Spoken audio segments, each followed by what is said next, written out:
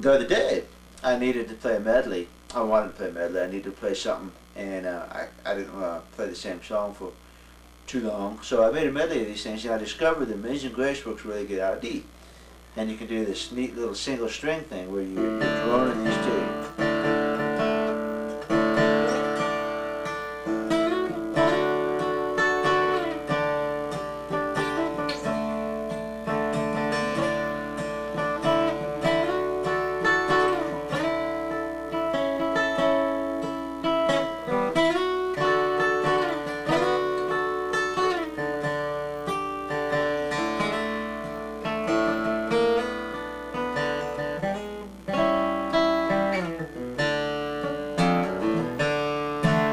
D.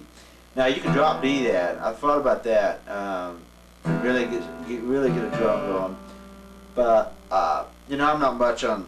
I don't know. I like to know where my notes are, and when I do different tunings, it messes me up sometimes on the instinctiveness, because then I have to practice. Then I'd have to work out the break with drop D, and I'd have to practice it, and I'd lose my spontaneousness. I'd have to work with drop D, and I just don't work with it enough. So, what am I sound lazy? Okay.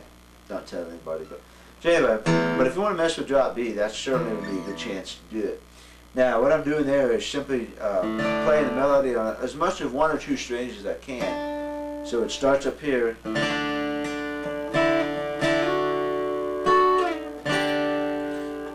I'm still just droning that D on that, because now we're on a G chord.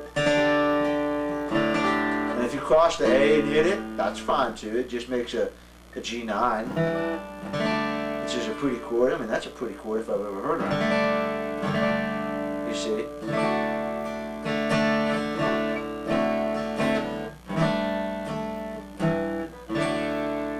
That's fine.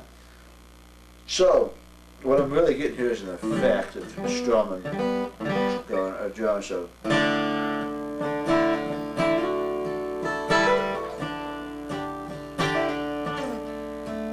And I'm going to jump back to this A, because I don't want, there's an A here, but I don't want to kill that G string. So I'm going to come back to this A. And I'm going to do this little slide, let's take it back. So I'm going to go.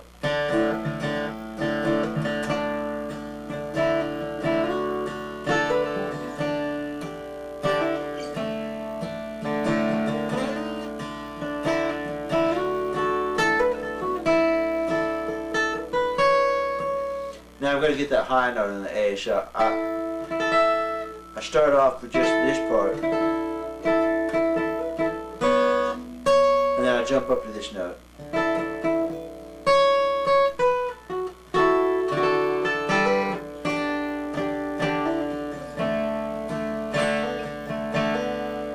And I'm going to hit a B minor this time, and then there's a D note, keep that D ringing, so.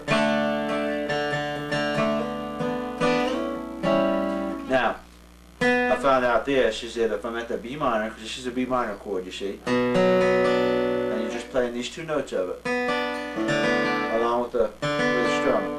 If you take that shape and slide it up 2 frets, you've got an A. You've got a C sharp and an E. Now I've got to stop the D from ringing at this point, because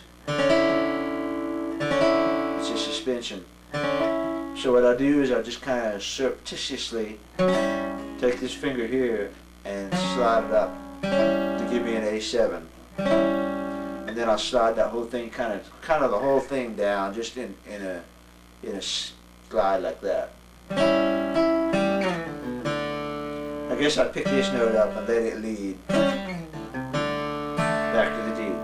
And that seems to work pretty good. I need to mess around with that a little bit more and see what more I can do, but.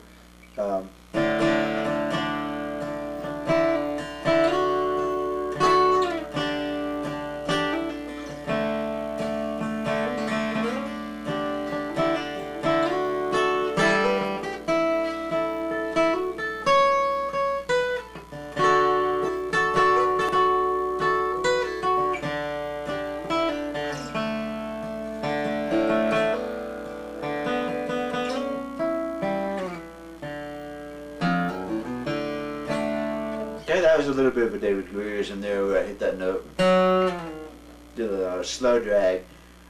You could also take this A7 and real fast just move it down. Pick up the B minor again. Like that, so you get it. This shot's pretty, that's a nice turnaround. You could do a turnaround after the D, you could rock it back. Let me see about that.